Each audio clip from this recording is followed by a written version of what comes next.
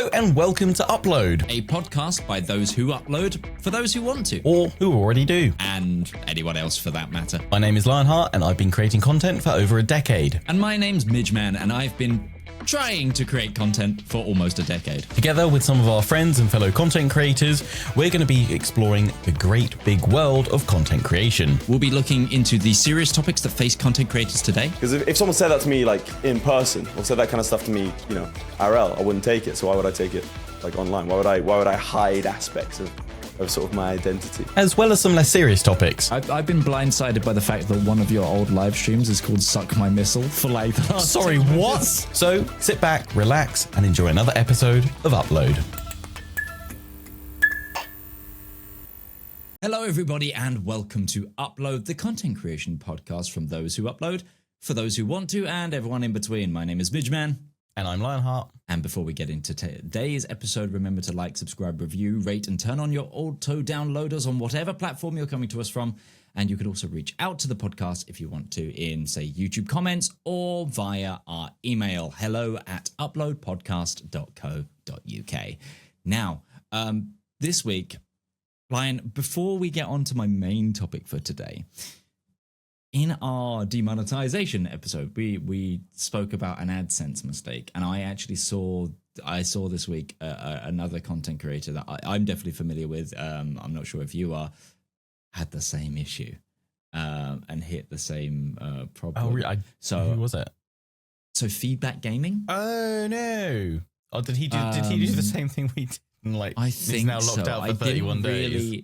I didn't really investigate it, but I saw tweets that were The thing is, there's or zeets or whatever. Yeah, there's like a really small little message that comes up saying like you can't change AdSense for 31 days, but it needs to be a freaking massive red thing. Like when you click it saying change AdSense, it should, before it logs you into AdSense to be like choose your account association you want to do, it should flash up with a big thing saying the big bullet points of, if you do this, and even if you think you've got it right and it turns out you haven't, you won't be able to make another change for 31 days, which can result in no monetization for 31 days. Plus, when you redo it, I mean, this should be like in brackets, but caveat, it could then take another 2 to 6 weeks for us to then reauthorize everything.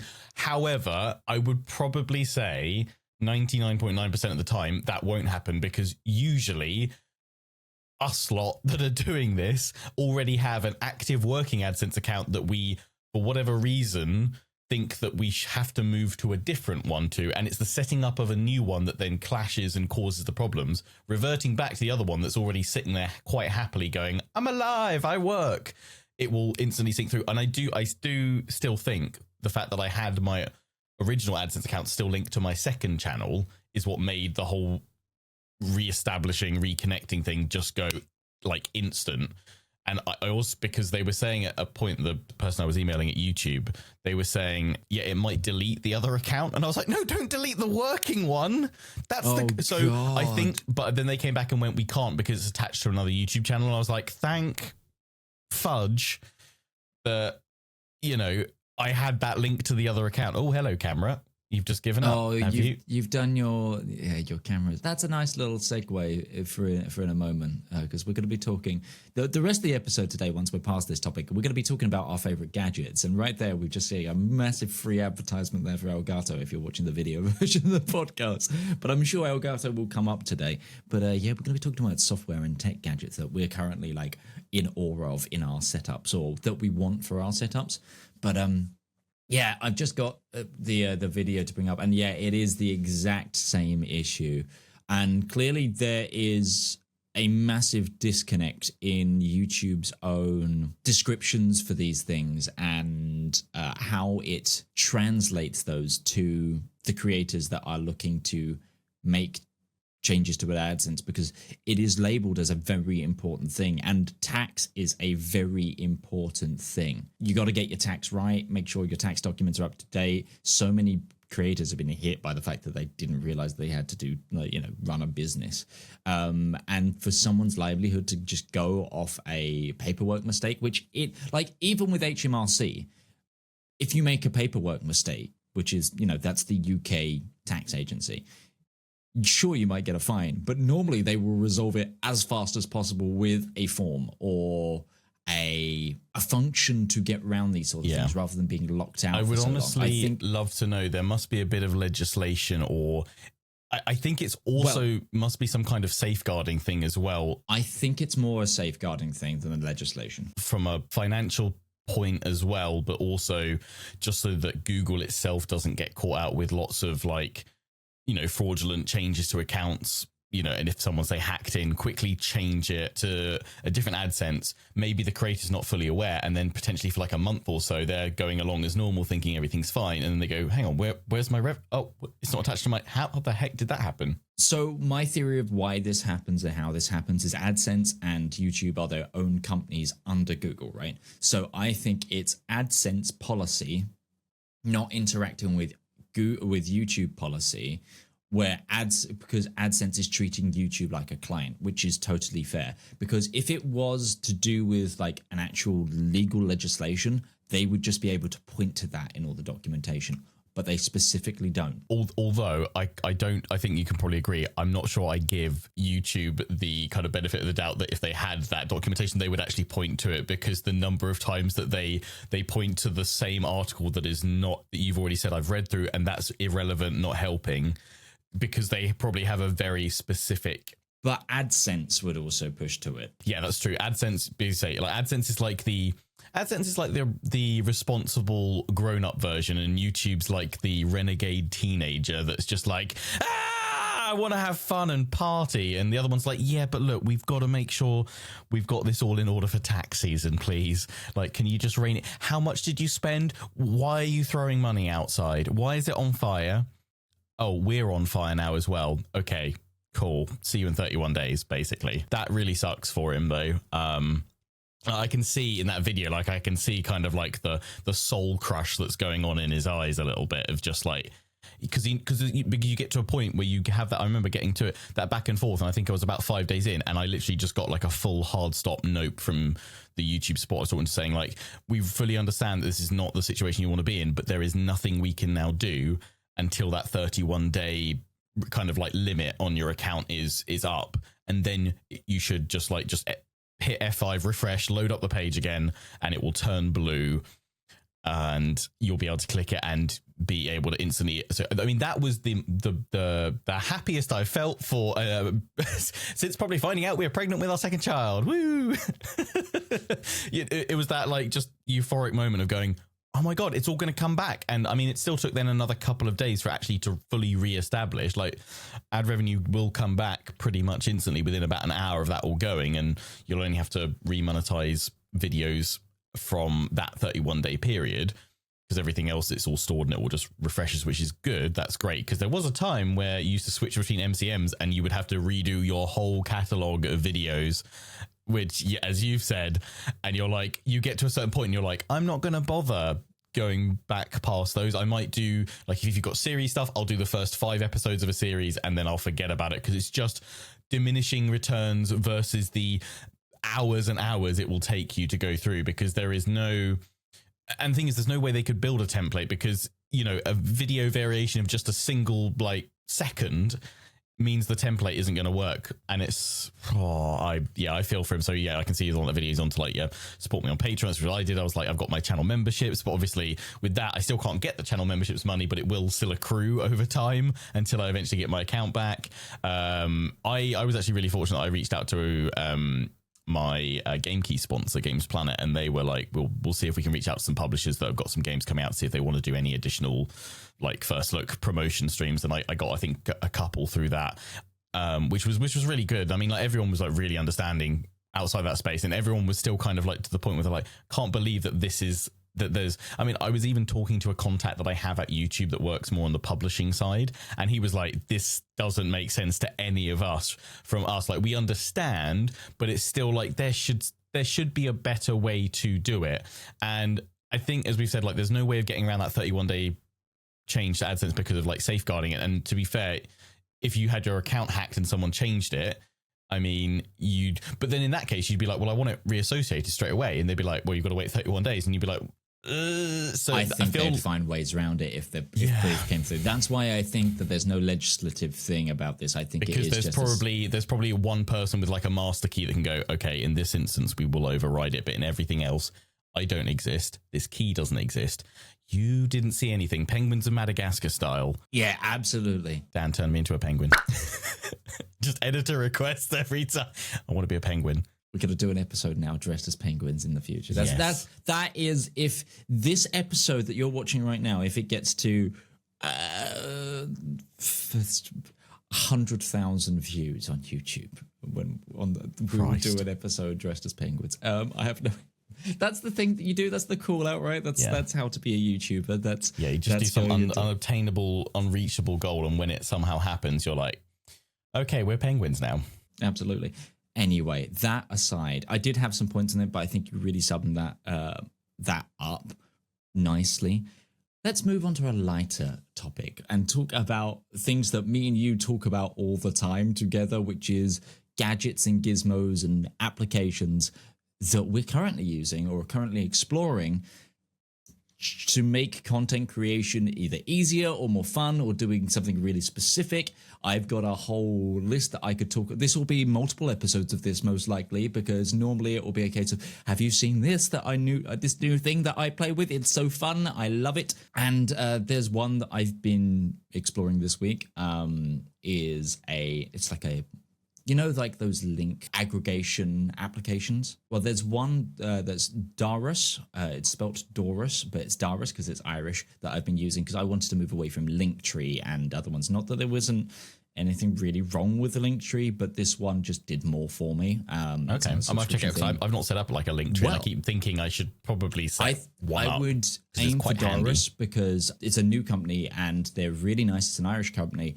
I joined their Discord. I had some issues. They fixed the issue within 10 minutes as a thing. They take suggestions. But the nice thing about Doras, I'm also currently making one for the Upload podcast. I got 50% off for lifetime on it because they're running a promotion right now. So it's costing me £1.50 a month for this. And I can make unlimited amount of these things because I've got this thing called a brand account. So I can make ones for brands. So I have my main one, which is for me.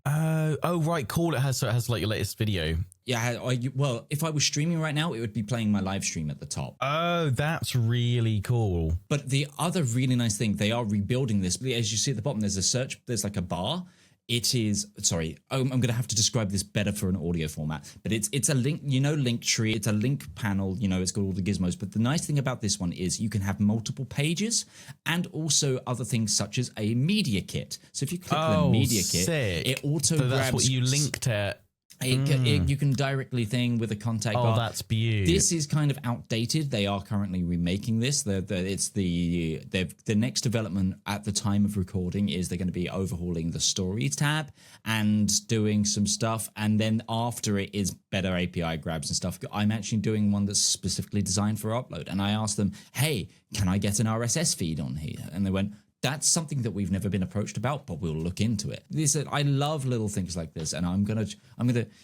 If I'm smart and I've played this well, we will jump cut into probably whatever the first ad break is to this, which is going to be probably promoting an affiliate code for this because I really like these guys. And the other things about this program, I'm gushing about it at the moment because it was really easy to use as well compared to other ones. But it has things like you can generate QR codes for your links. You can do it has like the link shortening functions from Bitly. People love a QR code these days, don't they? Love a QR code. Here's a fun top tip that I use a lot.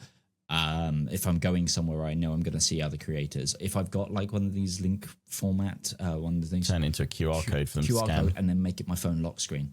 Oh, smart. Oh, he's not just a pretty face. I'm not just a pretty face.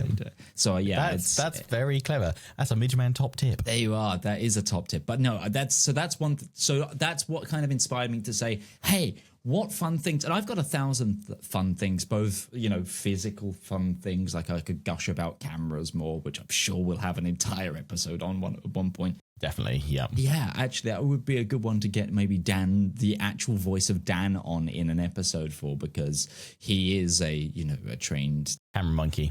Camera monkey. Camera monkey. He's trying to tell us the technical term, and we'll stick with camera monkey. All I'm hearing is.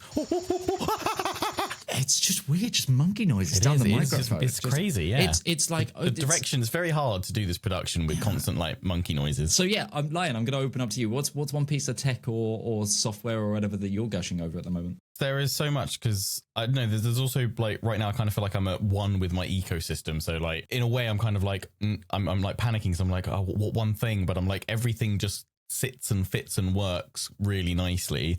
I mean, except when you plug in your PS5.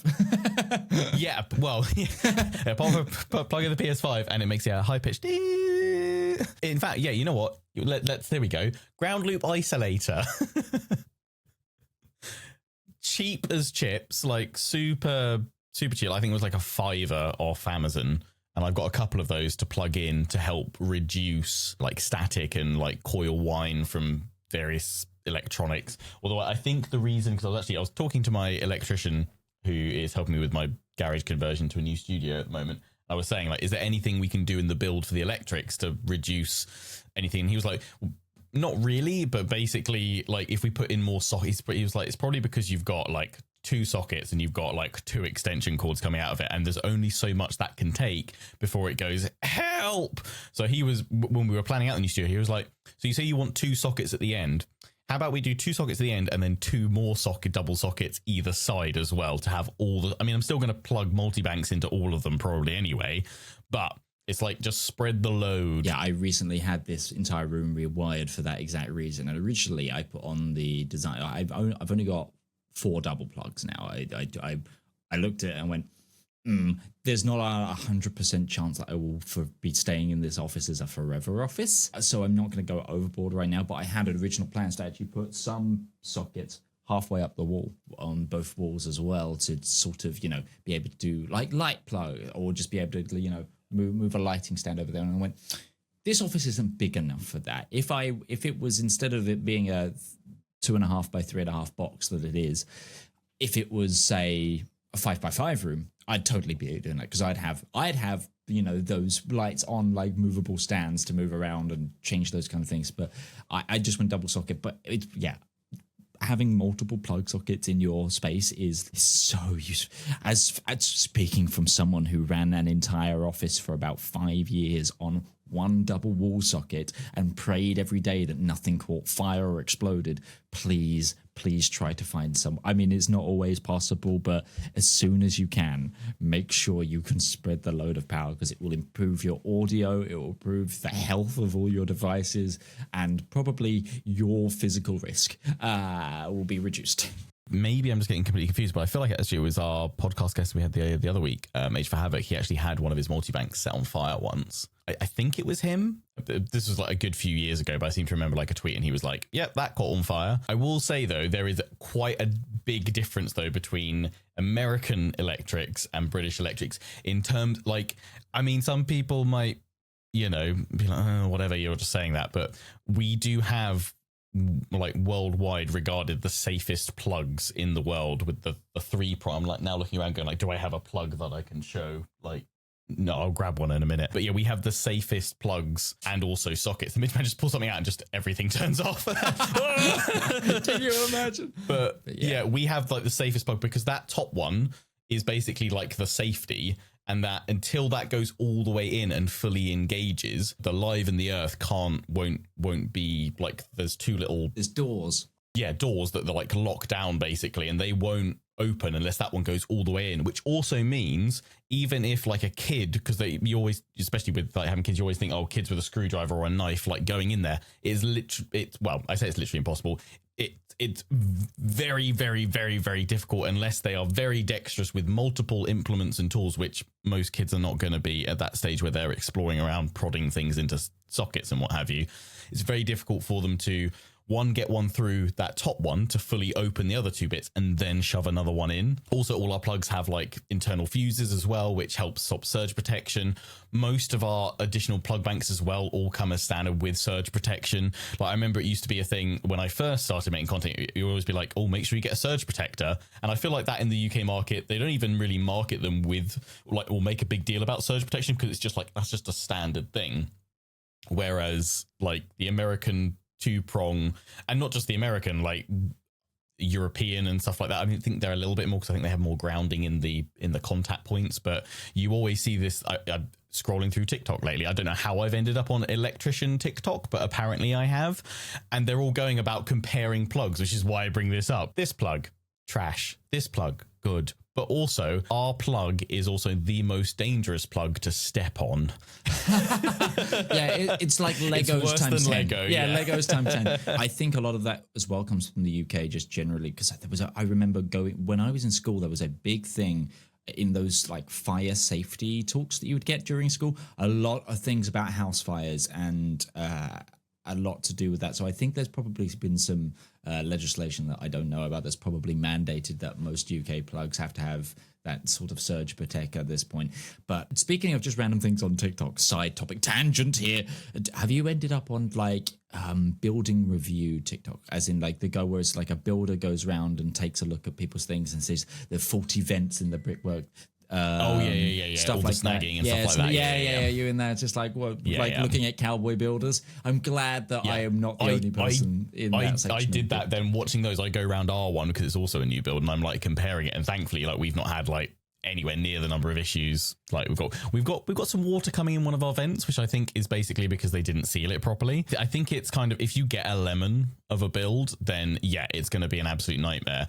I feel like a lot of them is structurally they're solid. It's just the finishes are let down. You basically know when you've had the Friday afternoon lads come in to do all the masticing because it's all wiggly lines, nothing smooth. I mean, a lot of it also comes down to how good the aftercare is, which we've been fortunate that the aftercare for us has been pretty decent, much better than our first place. Probably some people would be like, oh, never buy a new build, never. You know what? For us, it was the only place that we could kind of actually afford within our area that had the right space and plot that didn't need any substantial work. And that's what we wanted.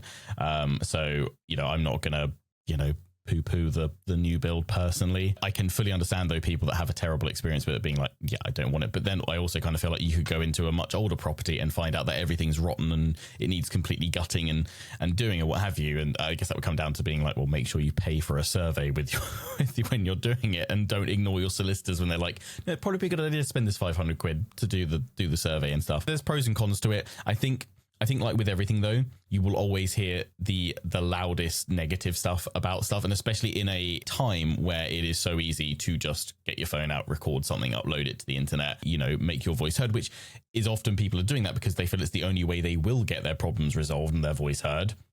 It shouldn't be that way. You should be able to call someone up at the customer services and get great customer support, or you know, or it not happen in the first place. But yeah, coming back around, ground loop isolators are great. If you've got static, and I mean, these typically are for 3.5 millimeter jacks, which are kind of becoming a thing of the past, really. Everything's becoming USB-C, which is good because USB in its own has a bit more of its own protocols and stuff to help, even on just like a software side, and plus the hardware through the cabling to reduce noise. But I wonder if maybe, I mean, hopefully it's like these won't need to exist for USB like Type-C stuff, because the quality of the cable and the way that it handles data and electrics and everything else, I don't pretend to know a huge amount, but I would imagine the way the technology is advanced with those cables, you don't have the same likelihood of static occurring as much, whereas the 3.5 jack's quite sensitive. I mean, maybe it's still something that within fairly complex XLR setups and stuff like that, maybe you need to have it, or a lot of the time maybe it's built into preamps and what have you.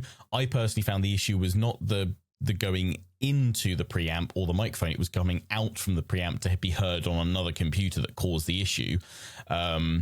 Or randomly me plugging in my PS5 to apparently a fairly already well-used plug bank. That, I mean, I'd be very interested to try maybe a different plug, like with a higher quality actual like plug and cable, maybe like, because sometimes also it's down to the thickness of the cable. Typically, if you have a really super thin cable, that's going to cause more noise and static and what have you, because it's just not big enough to cope with it. Whereas if you have a bigger, chunkier cable, you might have more success. Although, actually, random thing about XLR cables, I found shorter is better than a really long length, because if it's the moment you coils it, that causes static and feedback back on this. I have to have my cable lying a certain way, otherwise it gets very unhappy and starts making random noises. That's actually like a nice like segue into, like, I'm using the Elgato boom arm on my desk, which does yours have the cable tray? built into the little things magnet. with cable management solutions are just. I freaking love that. I love cable magnets. Just also are great. Just cable management solution, because also I've got a metal desk. I can do magnetic clips because I bought the. Oh, of course, I never thought of that. Because I've got the the Secret Labs Magnus Pro XL as my desk. Oh, do you? I'm actually thinking of buying that for my new office. I love it. I love it. Cool. The installation, it's fucking heavy. So if you've got to get it upstairs, it'll just be through an awkward garden gate. I'm now just thinking about the logistics of turning around a gate and thinking I did not. So I had the issue that the people that delivered it, I don't think this is anything on SteelSeries at all. You had to book your delivery type, etc. Secret Labs, right? Secret Labs, sorry, yes, not SteelSeries. I was like, SteelSeries do desks now? They do everything. Corsair do desks now. They do, although it's out of stock because I was helping Alex put together his like perfect dream studio build list. Yeah. He was like, I want this desk, and I was like, good luck getting it, because I think it's out of stock for like the next 6 months. I got this also on sale, which was saving. I love saving money. Saving money, but buying something expensive is the best feeling in the world. For example, like the wood paneling behind me, I got that for £80 a sheet instead of £120 a sheet, and that was I love a saving like that. Business expenses, exactly, because it's business expenses and business savings. But exactly, it's great. I really like this desk. When I booked the delivery, however, I think I just put it in the porch, and I was like, "Oh, can you help me?" I booked for it to come like upstairs, right? But something had happened in their software to change that it didn't do that, because when I went and checked the second form, like the first form I filled in had that information, second one didn't, and then they just was like, sorry, we can't do that, we weren't booked to do it. I was like, what? And I checked. They not even. They showed me their information. Sometimes they'll be like, if you give us 20 quid, we'll move it. No, they didn't. I had that when we had our new TV put in. He was like, you didn't actually have this put down for like install, and I was like, how much do you want? He was like, give us 30 quid and we'll do it for you right now. And I was like, there you go. Like, just do it, please. Well, yeah, but the guy was a solo guy, and this was like, he clearly needed, because he came in a second. I was like, fuck it hell. Like he basically went, fuck it hell, good luck. I was like, oh, that's always a good sign. Fucking hell, mate, here's your stuff, bro. Yeah, so good luck, mate, that's fucking heavy. Luckily, we've not been long finished some renovations in this house, and on relative speed dial, I have a chippy who recently put this board up behind me, and the guy who built the extension. I was like, I know you guys are in the area. Can I get you to any chance? Can I pay need some strong, muscly lads to help me? Can I? Yeah, essentially, because I do live with my parents. Everybody, hello. They at this point though, like, should not be like it should honestly be more like a you don't live with your parents. Should be more of the question mark. Like, hello, because, like, I'm saving up for a mortgage as a single individual. That's like that's the plan. Someone's only doing well. If you're not living at home. But anyway, it's going to be called OnlyWangs, by the way. Oh Christ! Get that out there. Christ! It's happening. I just went, can I buy you guys lunch and you help me get it up? And they absolutely will buy you lunch and help me get it up as a bad sentence. That's the first episode of our OnlyWangs content. Oh dear! I'll buy you lunch. Oh no, I can't afford to pay for lunch. I always said that if I ever do something like that, there's a 1% chance, there's no game, but I'd make mine like stylistic medieval, so like I'd like fully always have like a great helm on and like tastefully hide things with a sword and scabbard, and I'd call it Unsheathed.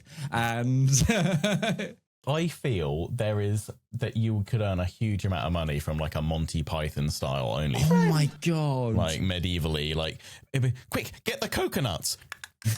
Just.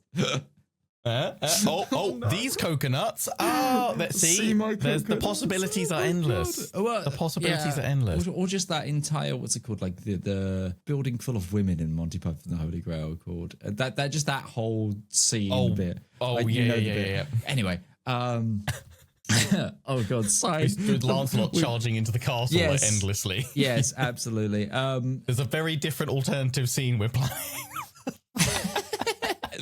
Gonna charge it to your castle. Anyway, polishing your sword has had a very different meaning. Like, or not. Or not.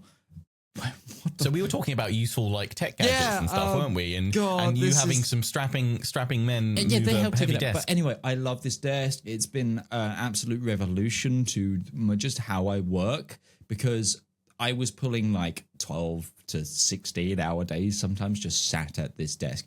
Buying a good chair and a good desk has helped that. The fact that it can go to a standing desk is amazing. I have a walking pad that it sits under my desk that I will often... I do about 2.5 to 5 miles a day on it because I'm just, typing and working. That's also what I'm just going to be like, dude, send me your kit list, because that's all the sort of stuff that I want to do in my new one. Amazon, but I absolutely love it. Like that, I think health and lifestyle implements are just as important to content creation and setting up your space properly.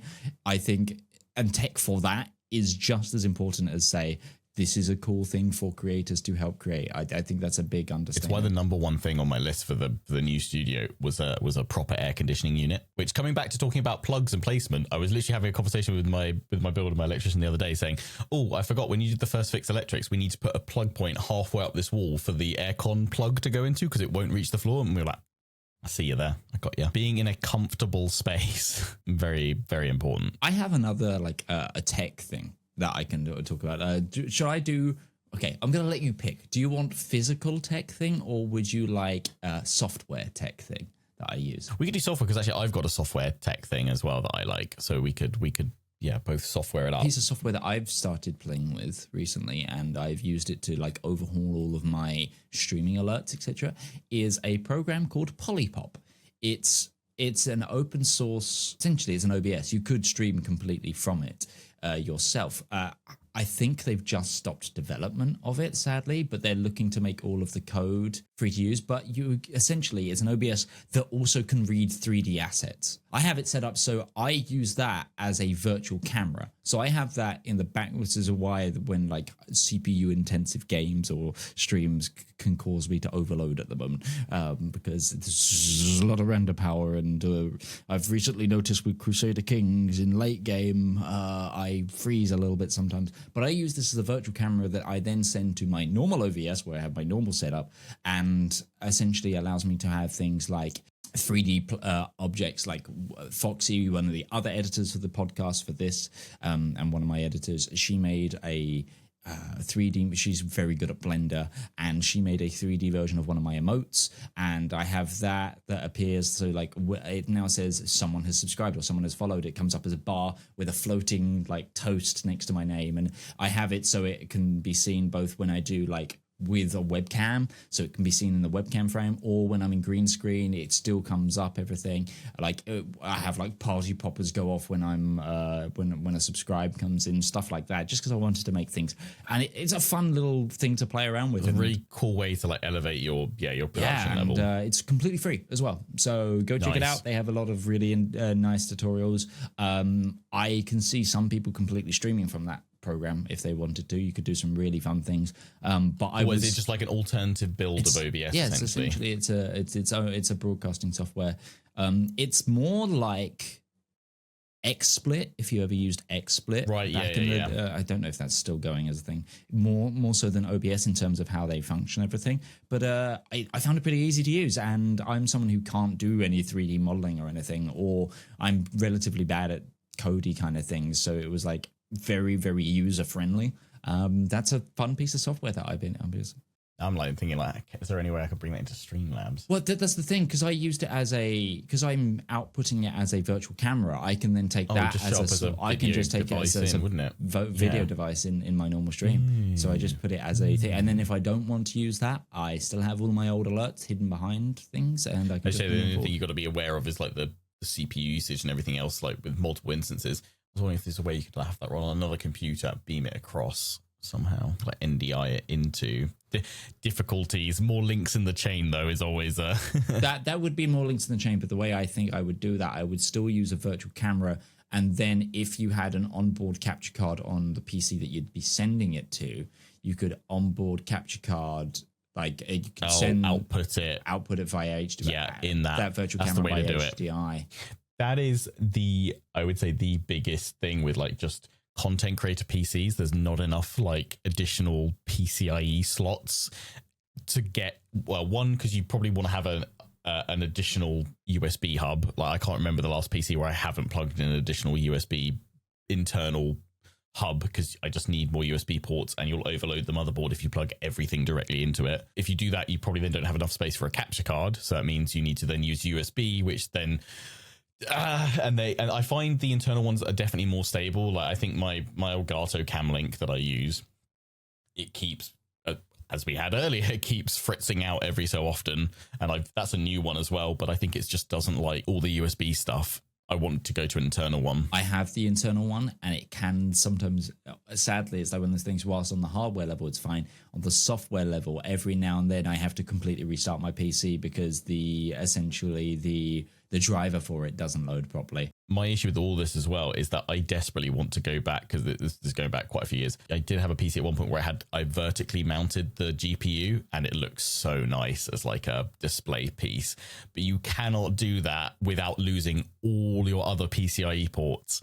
I did see, and I can't find it now. I don't know if I just like dream manifested it or something like that, but I swear I saw a vertical PCIe card mount that pulled everything so far forward that you could still get other cards in behind it. And I was like, that's the dream. But also you would need a freaking wide case to be able to project it out enough. I love my PC with like all the glass and like being quite a display on show piece. I don't like it being like hidden out of sight. I quite like it being like front center, and I think having your GPU vertically mounted is a really cool way of doing that. But as a creator, unless you're going into a multi-PC setup, which having done that over the years, I actually feel far more happy and confident with everything just running on one system. I'd rather probably invest and go over the top on one uber powerful system, and just, again, points of failure. Like, it's not to say that dual PC setups are a bad thing. They're great, but it's just there's more things that can go wrong.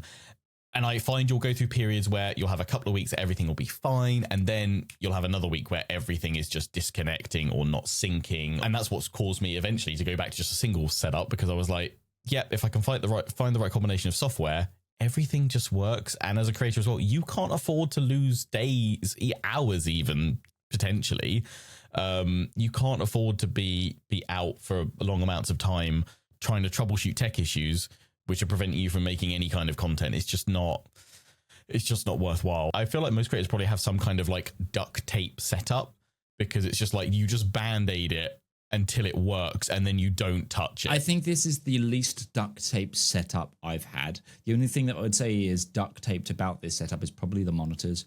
I don't go for expensive monitors. I go for what can I get secondhand half the time. One of these monitors is so when I first started content creation, I had 3 monitors, right, that I had gotten from a friend for 20 quid.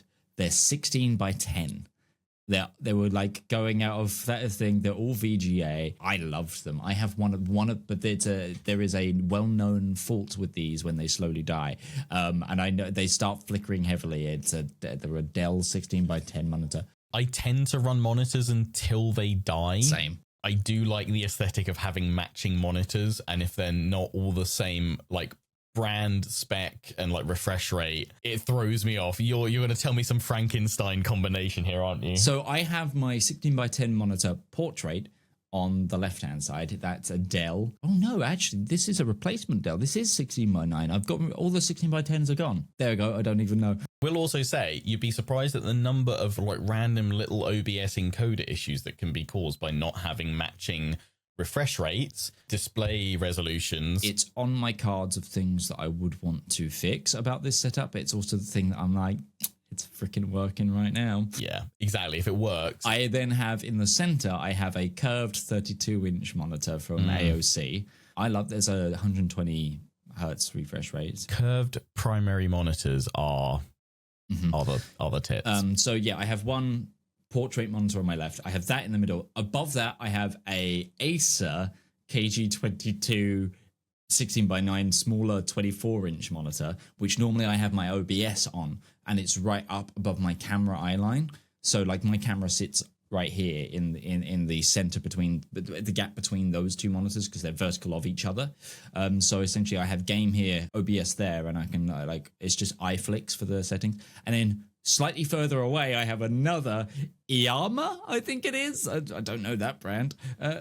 But a monitor over there, which normally I have things like Discord and other. So like I have primary chat, OBS, game, or depending on where I am in my workflow workday, sometimes that's just my TV, essentially the one that's over there, but that's over by my mixer that's slightly further away. Yeah, it is Frankenstein in terms of monitors here. I feel like this could actually be a kind of fun little segment every time we have a guest on to be like, what's your monitor configuration? Or just a photo of your setup. Of your setup would be great. Different creators set up, because I'm now because I'm in like build mode for the new setup and everything. I'm starting to think about like, how do I want that all set up? I currently have a main 27-inch and then a portrait 27-inch off to the side. Portrait monitor, if you're a content creator and you haven't done a secondary monitor in portrait, you try it. It will. I've flip-flopped between. I've recently gone back to it, but that's actually because I want more space on this desk. Actually, I did have.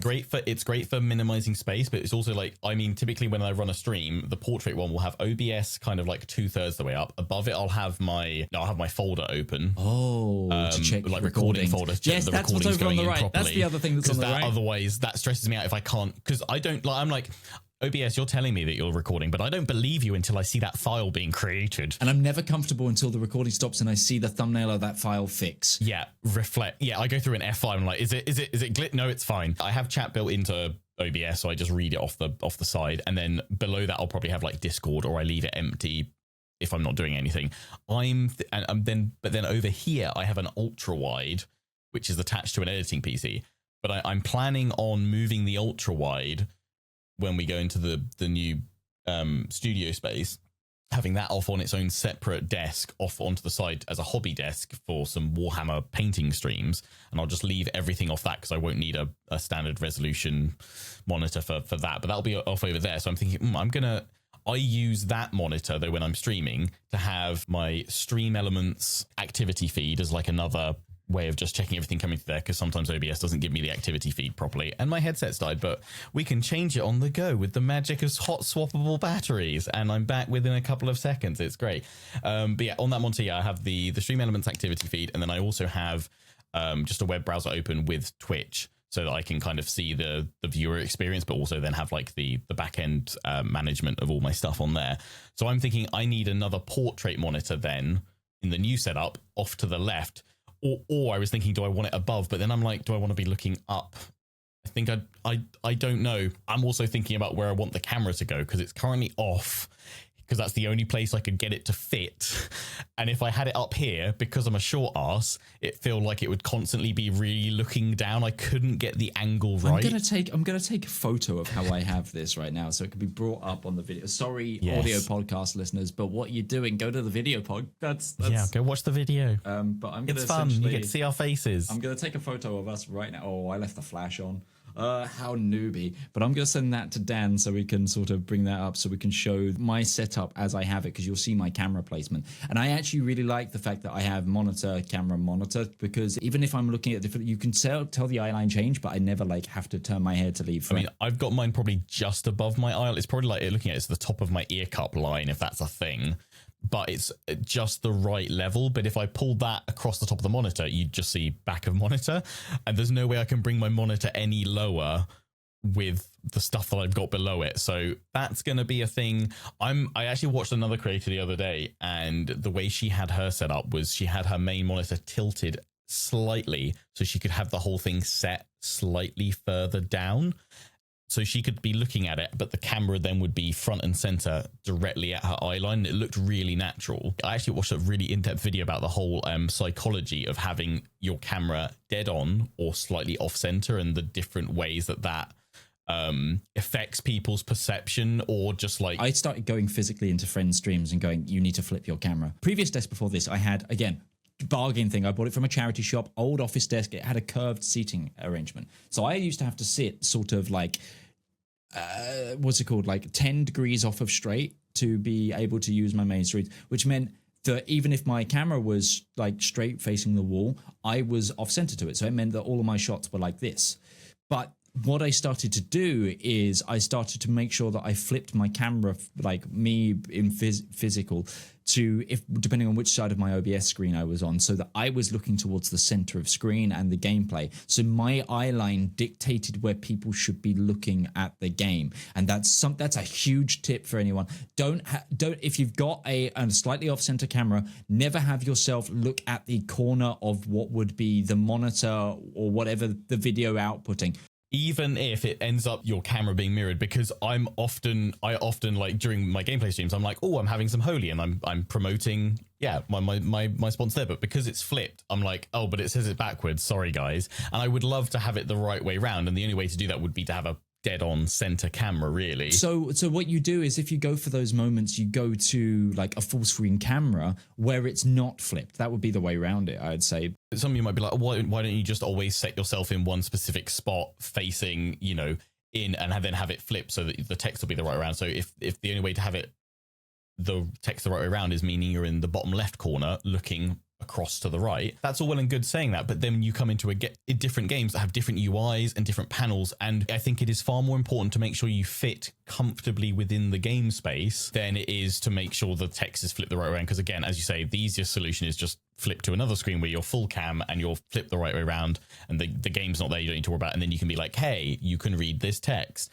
That's the far better way of doing it. But that is a huge, I would say, like, tip to creators that maybe don't even think about it. They're just like, I'll just throw my please think about your camera placement, because sometimes I go into a stream and you look at it and you go, they're just floating around. Like, have a little bar on the, like if you're just floating and especially, I've seen some people as well, they've keyed themselves out with green screen, so obviously they're fairly familiar with some advanced techniques and things like that, but then they'll just randomly float awkwardly halfway up the screen. Like, make a floating bar, like, platform, sit on something, please find a UI element to go onto. One of my friends at stream as well, he always goes into the game files, or he's really cool with like graphic artist stuff, and he'll go in and just make his own UI to match the game that he's playing and make a full custom set for every single game he plays, so that his like little hovering ledge, because he likes to hover halfway up the screen, I don't know, pretends to fly, whatever, but he goes like halfway up and then we'll build that UI in, and it looks and it matches perfectly, and then he'll sync all of his sub alerts to like fly across the little bit underneath him.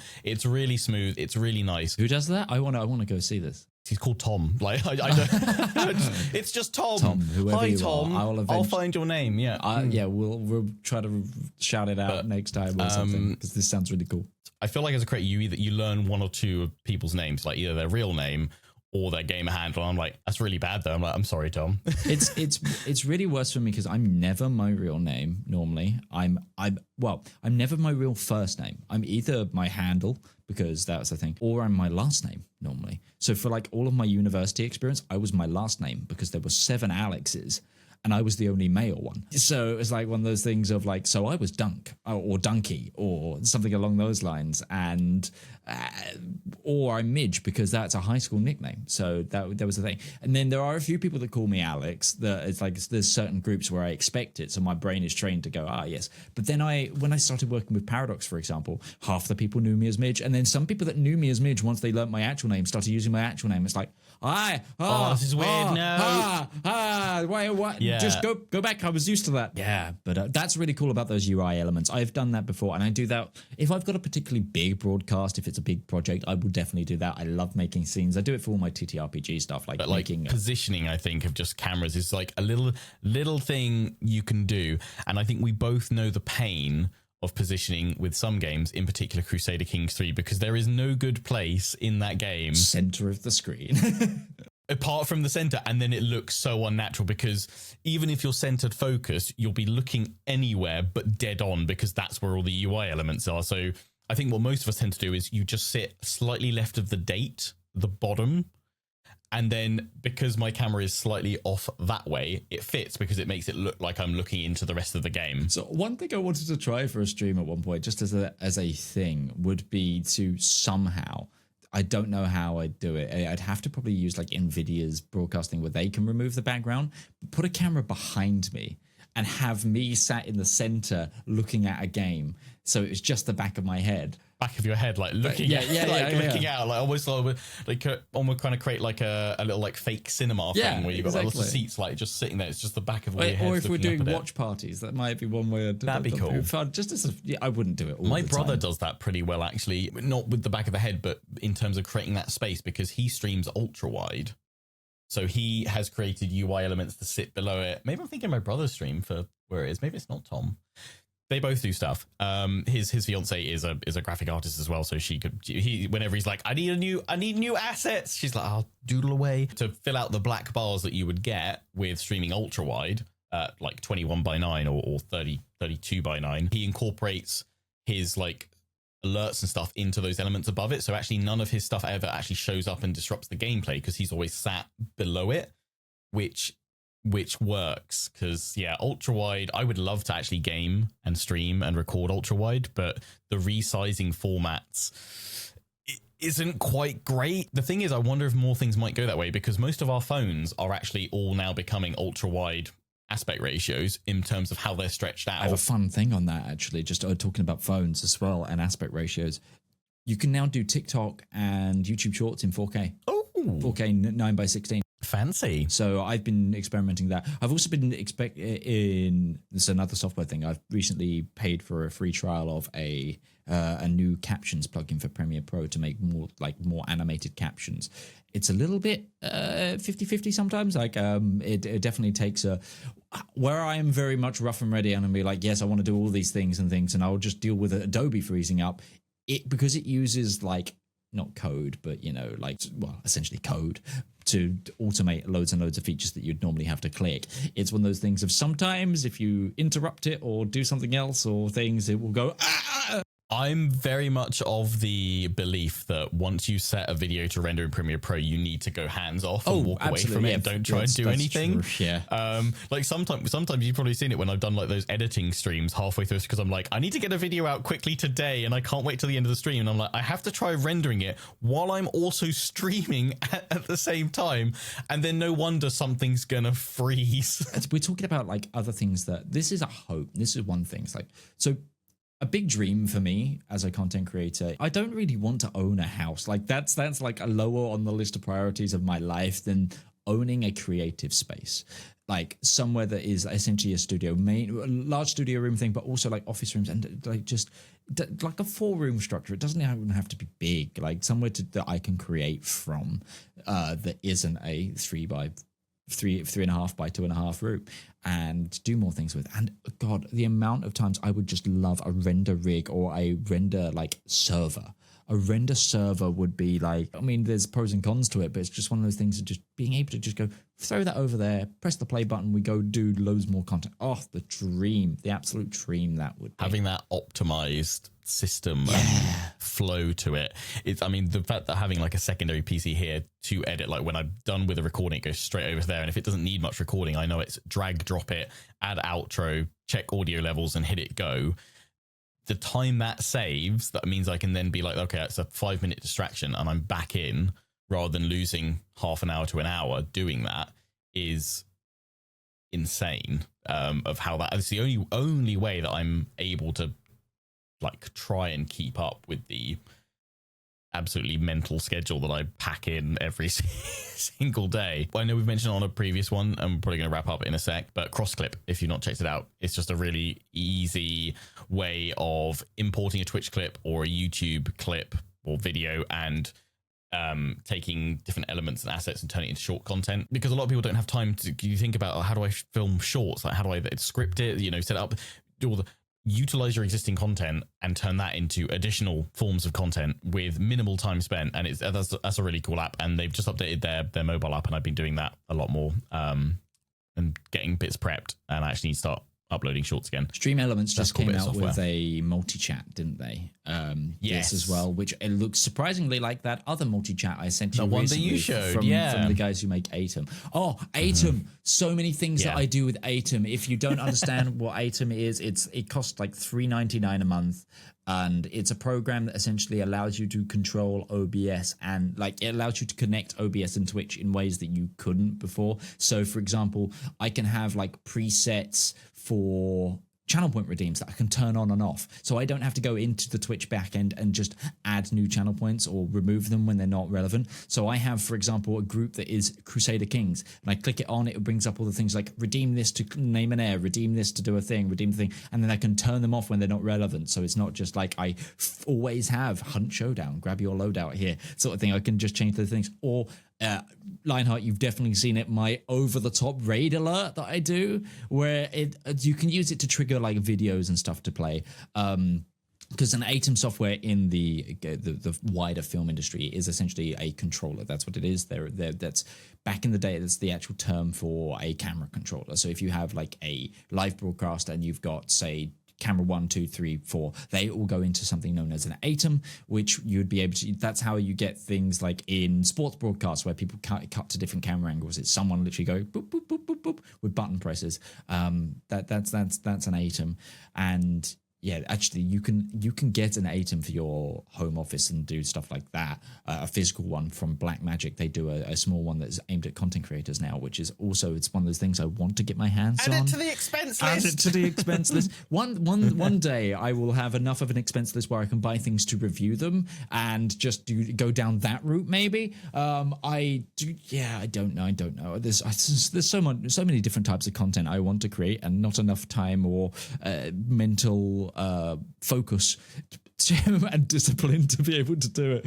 But yeah, ATEM's so good. Like I have it, so whenever people raid in, it triggers, I think, 6 or 7 different layers on my stream, which plays different synced video files and audio files, and obviously the alert that comes in that says how many people raiding with from who, and that's how it works. And it also at the same time fires off a chat message that says, "Whoa, raiders! Thank you for coming on in." As just in case of the things, so those fire off. Like it's all triggered by this one piece of material. And if you want to upgrade your stream, absolutely have a look at the whole reason ATEM exists as well is from a drumming streamer. It's a guy who because he's drumming and has no ability to control his OBS. He needs it automated, but he also wanted his chat to be able to change what drum and different camera so chat can redeem this and it will go and focus on the snare drum for a while and things like that. That's the whole where this concept comes from. Awesome. Absolutely awesome. Christ, we've been rattling on. This has been a very,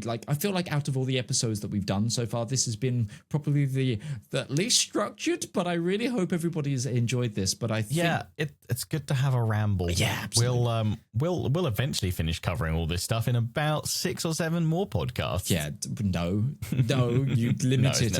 I was going to say, that's 600 or 700 more podcasts. Yes, maybe. That's exactly what we're going to do. But yes, I think we should probably round it out for today. I think this has been I'm sorry if for those of you who've made it to the end. I'm so surprised. Hello, like you actually did just listen to us go off on multiple tangents today. You see how easy it is, guys? Oh, absolutely. But yes, if you have a more specific question that you want to reach out to us with, remember you can get in touch with us from hello@uploadpodcast.co.uk. And depending on we might get to some YouTube comments, but we're going to take primarily stuff from the email, and maybe if we at this point, again, we're recording these ahead of time, we might have a Discord server or something where we might be able to take questions. We're going to have that sort of thing set up. I'm going to set up a link. I mentioned Doras at the beginning of this podcast. If you were here at the beginning, I'm going to set up a Doras. Yeah. We'll have all our links on it and awesome stuff like that. But yes, please get in touch with us. We want to, I think as well, there will come a time that we'll have to do bonus episodes, which will probably be to our core audience and stuff. We could do like viewer submitted, submitted setup pictures, and we could review them. Oh, that would be a great bonus episode. Yeah, that would be great. Yes. If you have a setup, maybe send us pictures. Oh wow, I could set up a Google form on that. It'll be on the Doras if there is one. Yeah, that would be awesome. We'll do those sort of things. But yes, thank you so much for listening, and we will see you next time we upload. Ciao. We'll get slightly into the inner workings of my channel here, but I have editors. They'll edit. I will do the more advanced narrative stuff, but then my standard ones. And then I also have what I term consultants that I pay that are also part of the channel. So they're they do various stuff from moderating these different things. But the point is that I talk to them every Monday. We have a meeting, So when it comes to failures, and this is gonna sound super cheesy, but for me, you can't really fail if you've taken on the data, you've looked at what went wrong, and you're starting to learn from that experience. Because you look at the good stuff from me, like, okay, I think this is a great video. Why didn't it reach the expectations that I had for it? And then you sit back, you've got a meeting with people that you know well, that like have been with you on this journey for a long time, and know these sorts of ins and outs. You pull all the data, and you're like, hey, here's our best guess as to why that happened, now let's go and do it again.